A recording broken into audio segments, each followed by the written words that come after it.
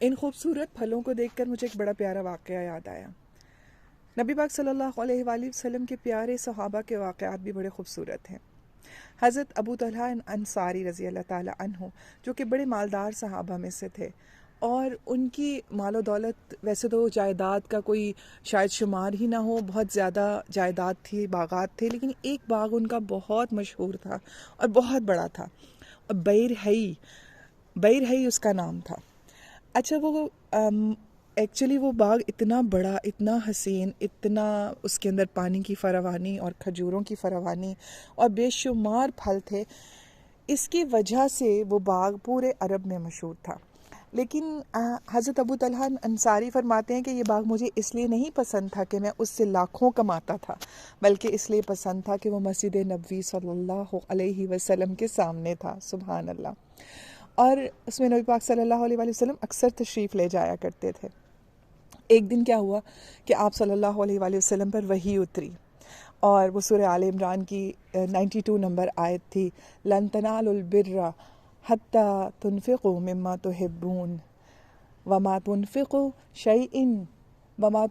من شیء فإن اللہ بہ علیم۔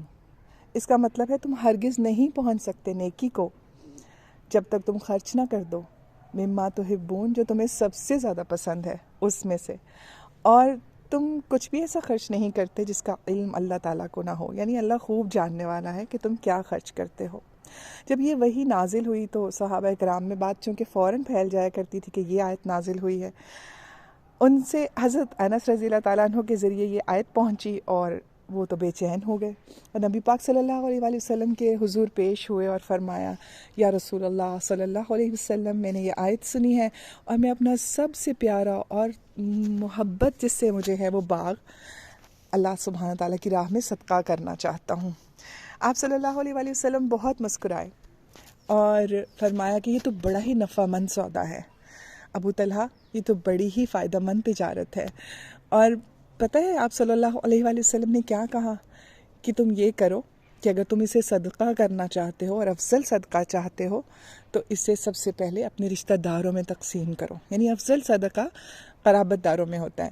تو انہوں نے اپنے چچا زاد بھائیوں میں اسے تقسیم کر دیا، اور ان کے چچا زاد بھائیوں میں حضرت حسن بن ثابت، بالکل وہ بھی تھے، حضرت حسن بن ثابت بھی تھے، ان کے حصے میں بھی مال آیا، جسے بعد میں حضرت معافیہ نے 1,00,000 درہم میں صرف ان کا حصہ خریدا۔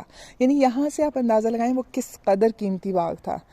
اور جب میں یہ واقعہ پڑھتی ہوں یا سنتی ہوں نا تو میری آنکھیں بھر آتی ہیں کہ ہم اپنی محبوب چیزوں کو اپنے سینے سے لگا کے رکھتے ہیں، اللہ کی راہ میں خرچ کرنے کا ان چیزوں کے بارے میں سوچتے ہیں کہ بس جو تھوڑی بہت ضرورت سے زائد ہوں اور تھوڑا سا بس اللہ کی راہ میں صدقہ کر دیں۔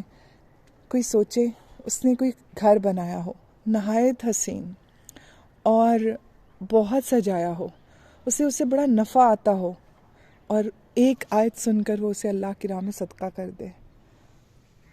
ایسا ایمان تھا ہمارے صحابہ کرام رضی اللہ تعالیٰ عنہ کا، کیونکہ ان کے معلم، ان کے استاد، ان کے ٹیچر کون تھے؟ نبی پاک صلی اللہ علیہ وسلم۔ سبحان اللہ۔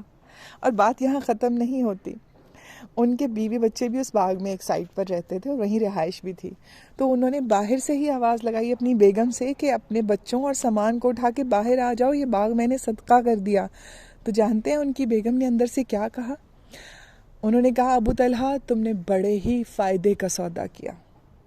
ایسی تھیں صحابیات، اور ایسے تھے ہمارے صحابی۔ کبھی پڑھیں تو صحیح، کبھی جاننے کی کوشش تو کریں، ان کی زندگیاں پڑھیں تو شاید ہماری زندگیاں بدل جائیں۔ ہماری زندگیاں اسی لیے تو نہیں بدلتی کہ ہم ان کی زندگیوں کی ڈیٹیلز میں جاتے ہی نہیں۔ اللہ تعالیٰ ہمیں توفیق دے، عمل کی بھی دے، علم کی بھی دے۔ خالی علم نہ ہو جس پر عمل نہ ہو، اس علم کا کوئی فائدہ نہیں ہے۔ اللہ ہمیں توفیق دے، عمل کرنے کی توفیق دے، اپنی پیاری چیزیں اللہ کی راہ میں قربان کرنے کی توفیق دے۔ آمین ثم آمین۔